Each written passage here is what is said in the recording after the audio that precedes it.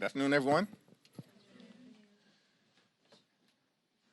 Donald Trump's presidency has been a disaster. He's deeply unpopular, and Republicans have failed the American people on the economy. The cost of living in the United States of America is completely and totally out of control.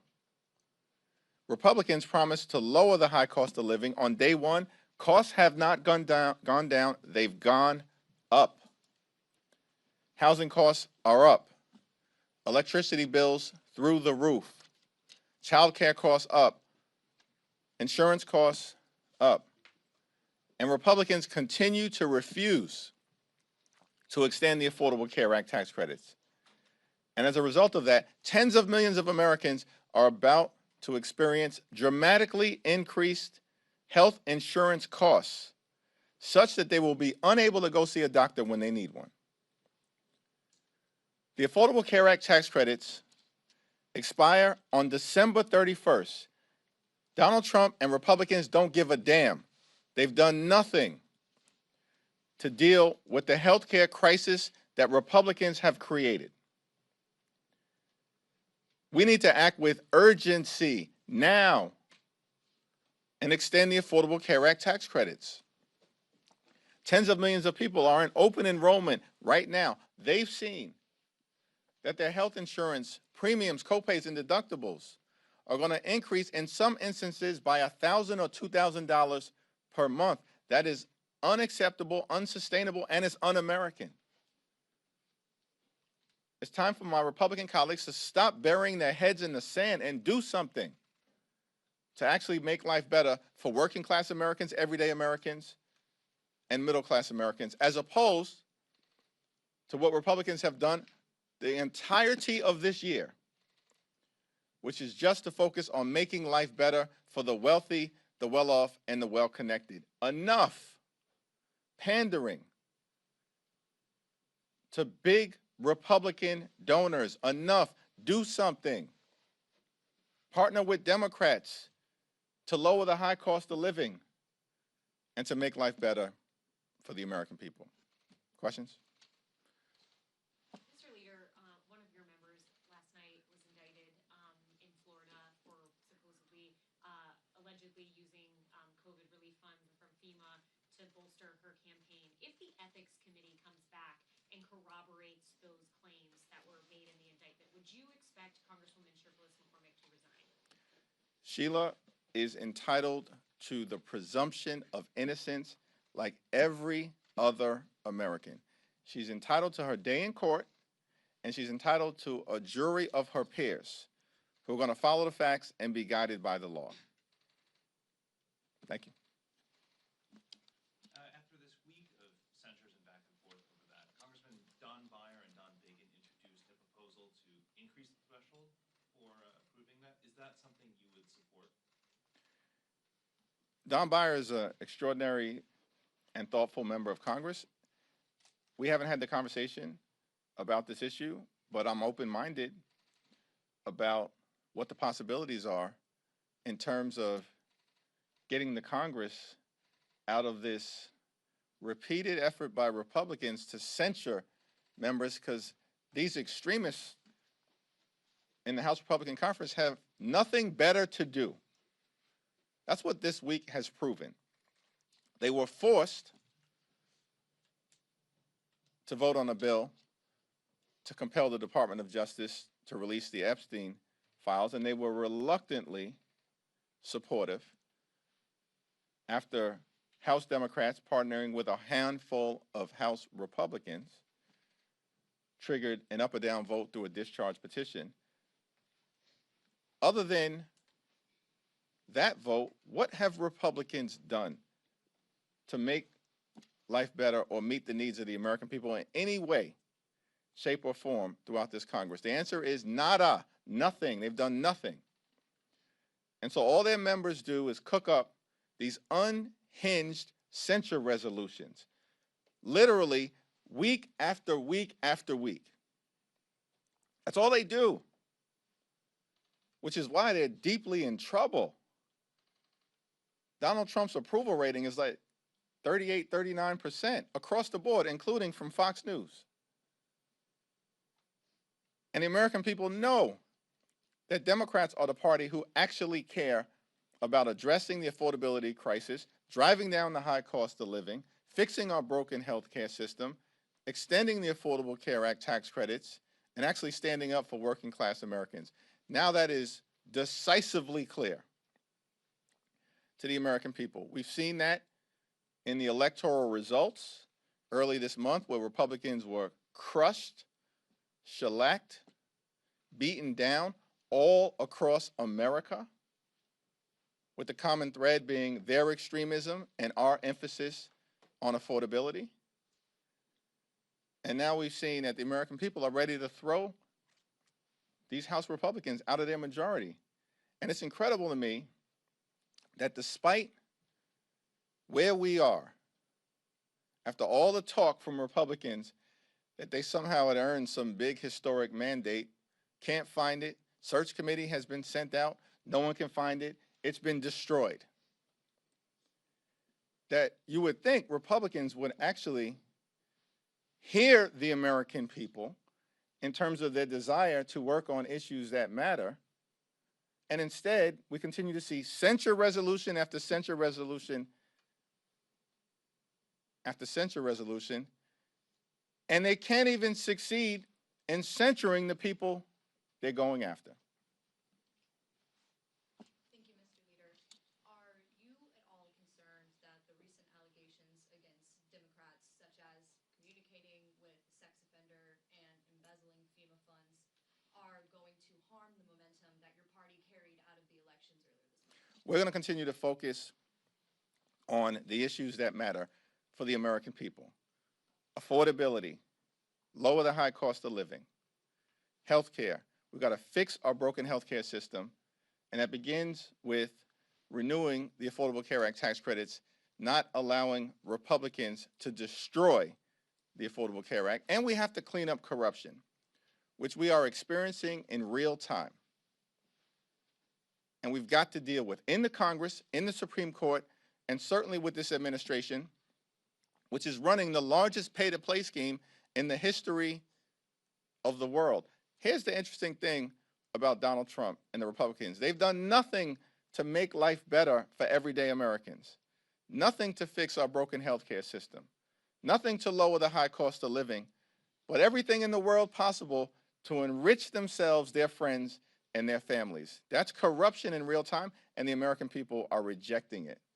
Can you talk to me a little bit more about the broader Democratic affordability agenda? You talked about the ACA tax credits. If you had the majority right now, what would you do to lower inflation, which is notoriously difficult to handle? Well, we need to work in a variety of different areas, and of course the American people are most concerned about health care, housing, and grocery prices. And so in the next few weeks, and certainly in the early part of next year, we'll talk with a greater degree of specificity about some of the policies that we actually believe need to be implemented. But here's something that we can start with: getting rid of the Trump tariffs, which are costing the average American family thousands of dollars in additional expense per year. Get rid of the Trump tariffs. That's something that can be easily done. They should never have been put in place in the first place. It was an overreach by Donald Trump. It may get struck down by the Supreme Court, but the Congress should have never allowed it to happen, because Donald Trump doesn't have the unilateral authority to impose tariffs, but the Trump tariffs are crushing everyday Americans, and that's where we can actually start right now to make a difference in America, a country that's far too expensive, and ease some of the crushing burden that has been placed by Republican policies on everyday Americans. Thank you. Just to clarify on the censure motion, but prior to the vote on Masa's censure, it was the third time, I believe, that Eva Clark brought that censure resolution on Corey Mills. When you say unhinged censure resolutions, are you talking about Democratic brought censure resolutions? I am talking about Republicans who have spent all year trying to censure members of the House Democratic Caucus, and they did the same thing in the last Congress. They have no agenda. Republicans have complete control of government. They have the House, they have the Senate, they have the presidency. And yet all we see, because Mike Johnson has no control over the House Republican Conference. Nice guy, but zero control over the House Republican Conference. In fact, his own president, Donald Trump, says he's got two titles, Donald Trump, President and Speaker of the House. Man, you letting the president punk you like that? Publicly? So there's zero control that the deputy speaker has over, talking about Mike Johnson, deputy speaker, zero control that he has over the House Republican Conference. So they're running wild. And all they are doing, because they have zero policies to make life better for the American people, is to cook up censure resolutions. Week after week after week. And that process needs to be brought under control. Do I expect that Mike Johnson is going to do it? Of course not. However, if there's a bipartisan proposal led on our side by Don Beyer, a very thoughtful member, then perhaps that is something that's worthy of consideration. Mr. Leader, regardless of who is getting censured or not censured, these are two politicians from Florida, Mills and Shirley McCormick. You just said that she deserves her day in court and presumption of innocence. In the past, the DCCC and many Democrats have gone after Mills for his serious allegations. So how do you square the difference between those two with your messaging? What I'm suggesting is that anyone who has been indicted is entitled to the presumption of innocence. In fact, I was very clear about that when Donald Trump was indicted 4 different times in 4 different jurisdictions. And in each and every instance, I was very clear, strongly disagree with Donald Trump's behavior, his conduct, and his fitness for office, but notwithstanding my assessment of this guy, the reality was, as an American, he was entitled to the presumption of innocence in every single one of those cases, and I repeatedly made that clear. So yes, I'm applying the same standard at all times, whether it's Donald Trump or whether it's a member of Congress, or whether it's the people that I'm privileged to represent, most importantly, back home in Brooklyn. At all times, every American, pursuant to the United States Constitution, is entitled to the presumption of innocence and their day in court. Thank you, Mr. Leader. I know what your position on extending the ACA credits, but Senator Rick Scott introduced a proposal today called the More Affordable Care Act. It says it keeps the Affordable Care Act framework in place, but redirects federal funds from the subsidies to what they're calling Trump Health Freedom Accounts. I want to get your reaction to that proposal. And it seems that I'm just curious, what's the path forward to extending the tax credits from the minority? In the times that they've been extended before, Democrats were in the majority. I'm just curious if they're putting forward proposals for HSAs or Trump Health Freedom Accounts. How do you get to a conversation about extending the tax credits when it didn't turn out during the shutdown? It's interesting to me that Rick Scott and all of these MAGA extremists in the House and the Senate proceeded with great urgency throughout the entirety of the first half of this year to pass their one big ugly bill, which included the largest cut to Medicaid in American history. And by the way, I think Rick Scott has some history with Medicaid fraud in the state of Florida, so he's no expert on health care. We ain't going to be lectured by Rick Scott about anything, but certainly not affordable health care, given his track record. But they raced to enact the largest cut to Medicaid in American history, devastated communities all across America where you have hospitals, nursing homes, and community-based health centers closing in real time, including in rural parts of the country. In that same one big ugly bill, they ripped food away from hungry children, seniors, and veterans and enacted a $186 billion cut to SNAP. which also happens to be the largest cut to nutritional assistance in American history. And why did the extremists do all of this? So they could pass massive tax breaks for their billionaire donors, and they made those tax breaks permanent. So they spent the first 6 months of this year focused on subsidizing the lifestyles of the rich and shameless in their one big ugly bill, but can't be bothered to extend the Affordable Care Act tax credits. Even now, we're less than 45 days away from those tax credits expiring, and tens of millions of Americans, including in Florida, are about to see their premiums, copays, and deductibles skyrocket in ways that will make their health care unaffordable. So from our standpoint, this is not that complicated. We have a discharge petition. I believe it has north of 200 signatures on it. All we need is 3 or 4 Republicans to join us. And if they did so, we can discharge a bill that would extend the Affordable Care Act tax credits for 3 years. Everyday Americans, working class Americans, and middle class Americans deserve the same level of certainty that Republicans decided to provide to their billionaire donors when they enacted these massive tax breaks and then had the nerve to make those massive tax breaks permanent. But can't be bothered to extend the Affordable Care Act tax credits. Now, we're going to work closely with our Democratic colleagues in the Senate on the vote that is scheduled no later than the second week of December on a Democratic proposal related to extending the Affordable Care Act tax credits. And I expect that we're going to be in alignment. And at this point, Republicans just need to take yes for an answer. Say yes to your constituents who you're jamming up right now and who are about to suffer even more from the Republican health care crisis.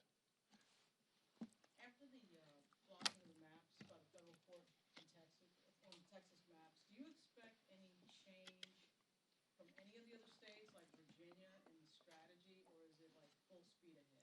Our strategy is full speed ahead. We are not unilaterally disarming.